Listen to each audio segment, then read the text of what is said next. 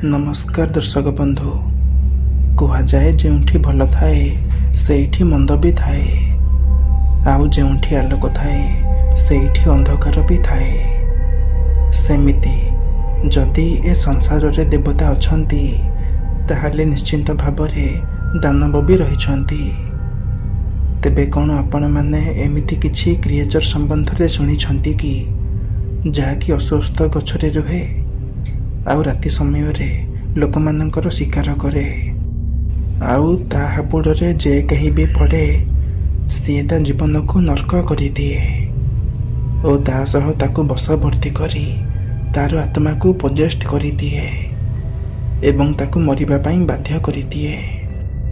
ହଁ ଦର୍ଶକ ବନ୍ଧୁ, ମୁଁ କହୁଛି ସେଇ ମୁଞ୍ଜିଆ ସମ୍ପର୍କରେ, ଯାହାକି ଗୋଟେ ଏମିତି ଶୈତାନ ଯାହା ସମ୍ପର୍କରେ ଏବେ ବି ବହୁତ କମ୍ ଲୋକ ଜାଣିଛନ୍ତି, କିନ୍ତୁ ଏବେ ବହୁତ ଶୀଘ୍ର ଆପଣମାନେ ଏ ସମ୍ପର୍କରେ ଜାଣିପାରିବେ, କାରଣ ଏହାକୁ ଆଧାର କରି ଏବେ ଗୋଟେ ଫିଲ୍ମ ରିଲିଜ୍ ହେବାକୁ ଯାଉଛି ଆଉ ଯାହାର ଟିଜର ଏବେ ଇଣ୍ଟରନେଟରେ ବେଶ ଭାଇରାଲ ହେବାରେ ଲାଗିଛି, ଆଉ ଯାହା ଲୋକମାନଙ୍କ ମନରେ ଏକ ଉତ୍କଣ୍ଠା ବି ଜାଗ୍ରତ କରିଛି କି କିଏ ଏଇ ମୁଞ୍ଜିଆ ଆଉ କ'ଣ ରହିଛି ଏହାର ସତ୍ୟତା।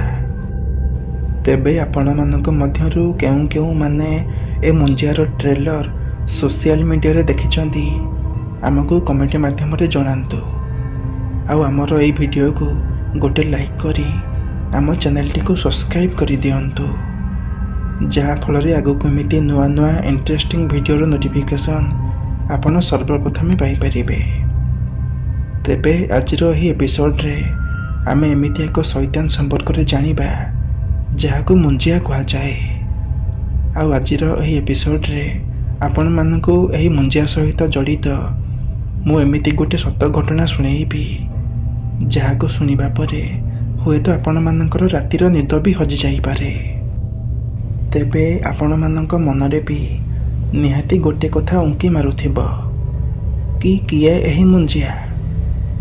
ବାସ୍ତବରେ ମୁଞ୍ଜିଆ ହେଉଛି ଯଦି କୌଣସି ବ୍ରାହ୍ମଣ ଛୁଆର ପ୍ରଥମ ଥର ମୁଣ୍ଡନ ପରେ 10ରୁ 14 ଦିନ ଭିତରେ କୌଣସି ବି କାରଣବଶତଃ ମୃତ୍ୟୁ ହୋଇଯାଏ ତ ସେ ଏକ ପ୍ରେତ ହୋଇଥାଏ, ଏକ ଏମିତି ଆତ୍ମା ଯାହାକୁ ମୁକ୍ତି ମିଳିନଥାଏ।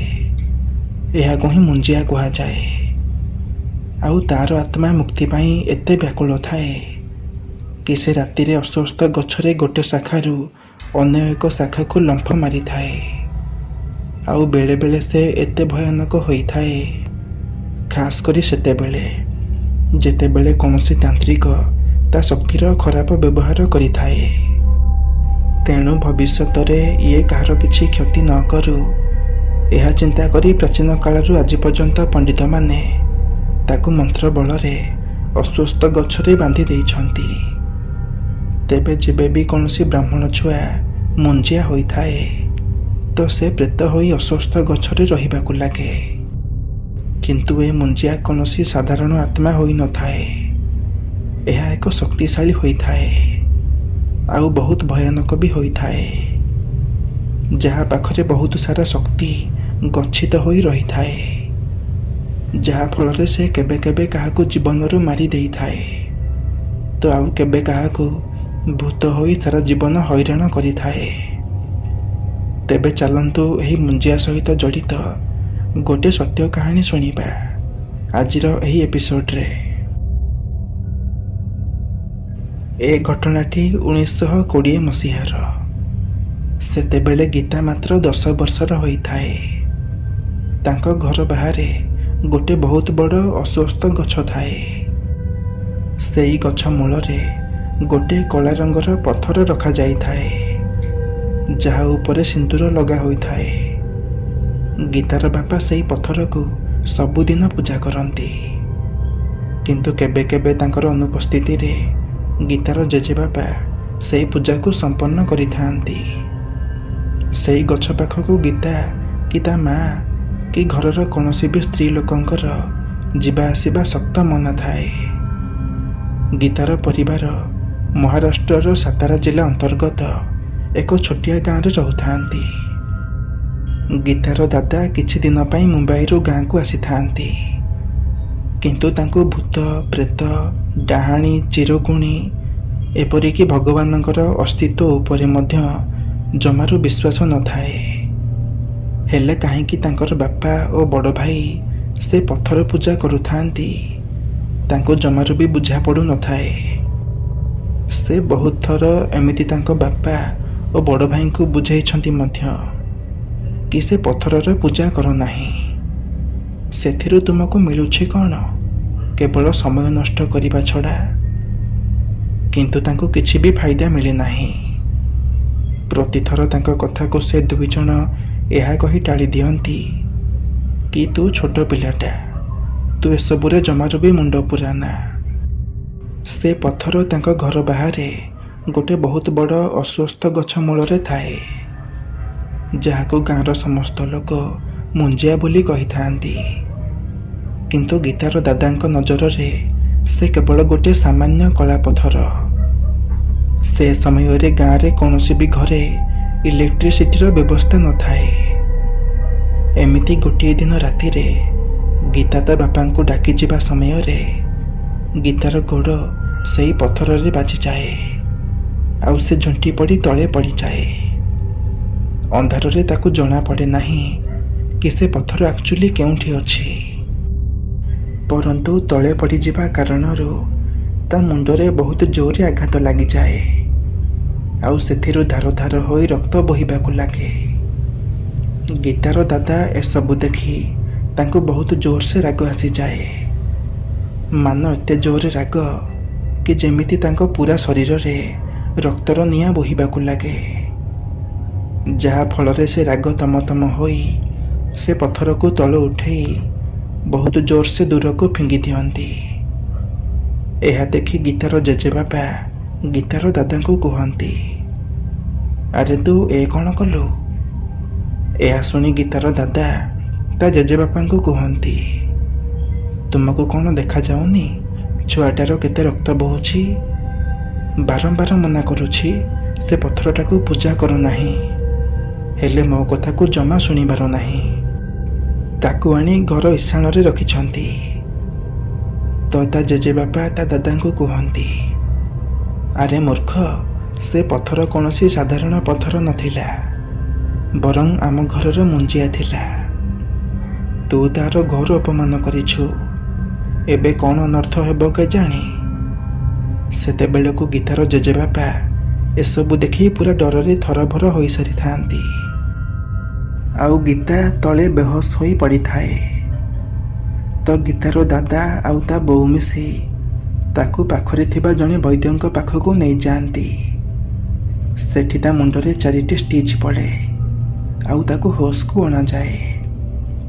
ହୋସ୍କୁ ଆସିବା ପରେ ସେମାନେ ଗୀତାକୁ ନେଇ ତାଙ୍କ ଘରକୁ ଚାଲି ଆସନ୍ତି। ଘରେ ଏସବୁ ଟପିକକୁ ନେଇ ପରସ୍ପର ମଧ୍ୟରେ ବହୁତ ସାରା ବଚସା ମଧ୍ୟ ହୁଏ, କିନ୍ତୁ ପରେ ସମସ୍ତେ ଶାନ୍ତ ହୋଇଯାଆନ୍ତି ଆଉ ନିଜ ନିଜ ରୁମ୍କୁ ଚାଲିଯାଆନ୍ତି ଶୋଇବା ପାଇଁ। ଏବେ ସମସ୍ତେ ନିଜ ନିଜ ରୁମ୍ରେ ଆରାମ କରୁଥାନ୍ତି କି ଅଚାନକ ଗୀତାର ଆଖି ଖୋଲେ ଆଉ ସେ ସିଧା ତା ବେଡ୍ରୁ ଉଠି ତା ଦାଦାଙ୍କ ରୁମ୍ ଆଡ଼କୁ ଯିବାକୁ ଲାଗେ। ସେତେବେଳକୁ ତା ଦାଦା ଚିରଞ୍ଜୀବୀ ବାବୁ ତାଙ୍କ ଖଟିଆରେ ଆରାମରେ ଶୋଇଥାନ୍ତି। ଗୀତା ତାଙ୍କ ପାଖକୁ ଯାଏ ଆଉ ପୁରୁଷ କଣ୍ଠରେ ଭାରି ଆବାଜରେ କୁହେ, ଆରେ ଉଠ, ଆରେ ଉଠ। ଅଚାନକ ରାତି ଅଧରେ କାହାର ଆବାଜ ଶୁଣି ଗୀତାର ଦାଦାଙ୍କ ନିଦ ଏକଦମ ଭାଙ୍ଗିଯାଏ। ତ ସେ ନିଦରୁ ଉଠି ବେଡ୍ରେ ବସିଯାଆନ୍ତି। ତାଙ୍କର ଠିକ୍ ସାମ୍ନାରେ ଗୀତା ଛିଡ଼ା ହୋଇଥାଏ। ଏହା ଦେଖି ଦାଦା ଗୀତାକୁ କୁହନ୍ତି, ଆରେ ମା, ତୁ ଏତେ ରାତିରେ ଏଠି କ'ଣ କରୁଛୁ? କ'ଣ ଆଖିକୁ ନିଦ ଆସୁନି? ଆ ମୋ ପାଖକୁ ଆ। ଦାଦାଙ୍କର ଏ କଥା ଶୁଣି ଗୀତା ଏକ ଜୋରେ ଚାପୁଡ଼ା ଚିରଞ୍ଜୀବୀ ବାବୁଙ୍କ ଗାଲରେ ଥୋଇଦିଏ ଆଉ ପାଟି କରି କୁହେ, ତତେ କିଏ କହିଥିଲା ବେ ମୋ ଜାଗା ପରିବର୍ତ୍ତନ କରିବାକୁ? ତୁ ଜାଣିଛୁ, ତୁ ଜନ୍ମ ହେବା ପୂର୍ବରୁ ମୁଁ ସେଇଠି ଅଛି। ତୁ ତ ନିଜକୁ ଭାବୁଛୁ କ'ଣ? ତୁ ବଡ଼ ହୋଇଯାଇଛୁ। ଏବେ ଦେଖ ମୁଁ ତୋର କ'ଣ କ'ଣ କରୁଛି। ତୋର ଏଇ ଛୁଆକୁ ତ ମୁଁ ମୋର ବଶବର୍ତ୍ତୀ କରିନେଇଛି। ଏବେ ଇଏ ମୋରି କବ୍ଜାରେ। ତୋର ଯାହା କରିବାର ଅଛି କର, ଦେଖିବି ତୁ ମୋର କ'ଣଟା କରିବୁ।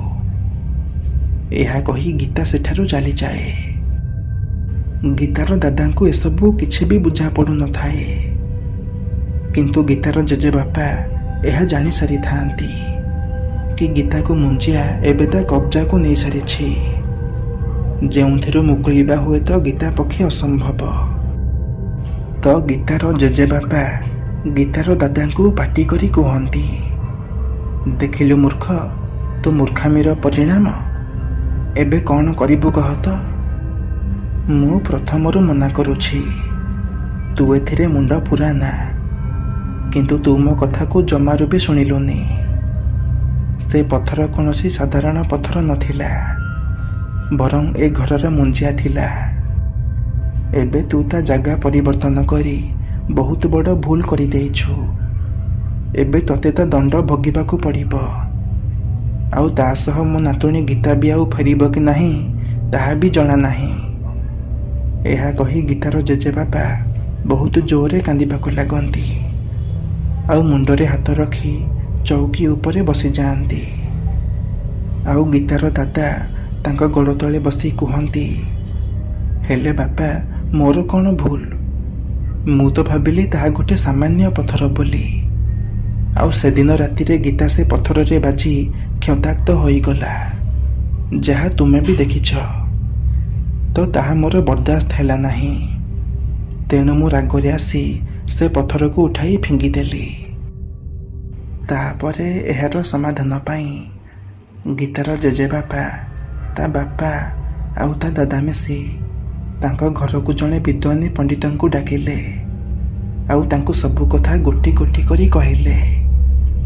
ପଣ୍ଡିତ ମହାଶୟ ତାଙ୍କଠୁ ସବୁ କଥା ଶୁଣି ସାରିବା ପରେ ସେମାନଙ୍କୁ ଏହାର ଉପାୟ କହିଲେ କି ଏହାର ସ୍ଥାପନା ପୁନର୍ବାର କରାଯାଇପାରିବ, କିନ୍ତୁ ତୁମକୁ ସେ ପଥର ପାଲିଙ୍କି କରି ପୁରା ଗାଁ ସାରା ବୁଲିବାକୁ ହେବ, ଆଉ ତା ସହ ଗୀତାର ଦାଦାଙ୍କୁ ତାକୁ କ୍ଷମା ମାଗିବାକୁ ପଡ଼ିବ, ଆଉ ଗୀତାର ଦେହ ଛାଡ଼ି ଯିବା ପାଇଁ ତା ସାମ୍ନାରେ ବିନତି କରିବାକୁ ପଡ଼ିବ। ଏ କାମ ତୁମମାନଙ୍କ ପାଇଁ ଟିକେ କଠିନ ପଡ଼ିଯିବ, କିନ୍ତୁ ଅସମ୍ଭବ ବି ନୁହଁ। ସେ ମୁଞ୍ଜିଆ ବହୁତ ଲୋଭୀ ଅଟେ। ଏସବୁ ଦେଖି ତା ମନ ନିଶ୍ଚୟ ତରଳିବ, ଆଉ ସେ ଲୋଭରେ ନିହାତି ବାହାରକୁ ବି ଆସିବ। ପଣ୍ଡିତଙ୍କ କହିବା ଅନୁସାରେ ଗୀତାର ପରିବାର ଲୋକ ସେ ସବୁ ଉପାୟ କରନ୍ତି। ସେ ପଥରର ପାଲିଙ୍କି କରି ତାକୁ ଗାଁ ସାରା ବୁଲାନ୍ତି, ଆଉ ତାପରେ ଗୀତାର ଦାଦା ଚିରଞ୍ଜୀବୀ ବାବୁ ସେ ମୁଞ୍ଜିଆକୁ କ୍ଷମା ବି ମାଗନ୍ତି, ଆଉ ଗୀତାର ଶରୀର ଛାଡ଼ି ଦେବା ପାଇଁ ତା ସାମ୍ନାରେ ଆକୁଳ ବିନତି ବି କରନ୍ତି, ଓ ତା ବଦଳରେ ତା ପାଇଁ ଏକ ମନ୍ଦିର ସ୍ଥାପନା କରିଦେବା ପାଇଁ ପ୍ରତିଜ୍ଞା ବି କରନ୍ତି। ଏହାପରେ ଗୀତା ଧୀରେ ଧୀରେ ଠିକ୍ ହେବାକୁ ଲାଗେ ଓ ପୂର୍ବ ଅବସ୍ଥାକୁ ଫେରିବାକୁ ଲାଗେ। ଏହା ଦେଖି ଗୀତାର ଦାଦା ଚିରଞ୍ଜୀବୀ ବାବୁ ତାଙ୍କ ପ୍ରତିଜ୍ଞା ପାଳନ କରନ୍ତି, ଆଉ ସେ ମୁଞ୍ଜିଆ ପାଇଁ ଏକ ମନ୍ଦିର ସ୍ଥାପନା କରନ୍ତି, ଯେଉଁଠି ସେ ପଥର ରଖାଯାଏ ଆଉ ପର ଅବସ୍ଥାରେ ତାର ପୂଜା କରାଯାଏ। ତେବେ ଦର୍ଶକ ବନ୍ଧୁ, ଇଏ ତ ଥିଲା ଆଜିର କାହାଣୀ, ଯାହାକି ଏକ ସତ୍ୟ ଘଟଣା ଉପରେ ଆଧାରିତ। ତେବେ ଆଜିର ଏହି କାହାଣୀଟି ଯଦି ଆପଣମାନଙ୍କୁ ପସନ୍ଦ ଆସିଥାଏ, ତାହେଲେ ଭିଡ଼ିଓକୁ ଗୋଟେ ଲାଇକ୍ କରି ଆମ ଚ୍ୟାନେଲଟିକୁ ସବସ୍କ୍ରାଇବ୍ କରିଦେବେ, ଯାହାଫଳରେ ଆଗକୁ ଏମିତି ନୂଆ ନୂଆ ଭିଡ଼ିଓର ନୋଟିଫିକେସନ୍ ଆପଣ ସର୍ବପ୍ରଥମେ ପାଇପାରିବେ। ତେବେ ଆଜି ପାଇଁ ବିଦାୟ ଦିଅନ୍ତୁ। ପୁଣି ଦେଖା ହେବା ଆଉ ଏକ ନୂଆ ଏପିସୋଡ଼ରେ, ଏମିତି ଆଉ ଏକ ଭୟଙ୍କର କାହାଣୀ ସହ। ଧନ୍ୟବାଦ।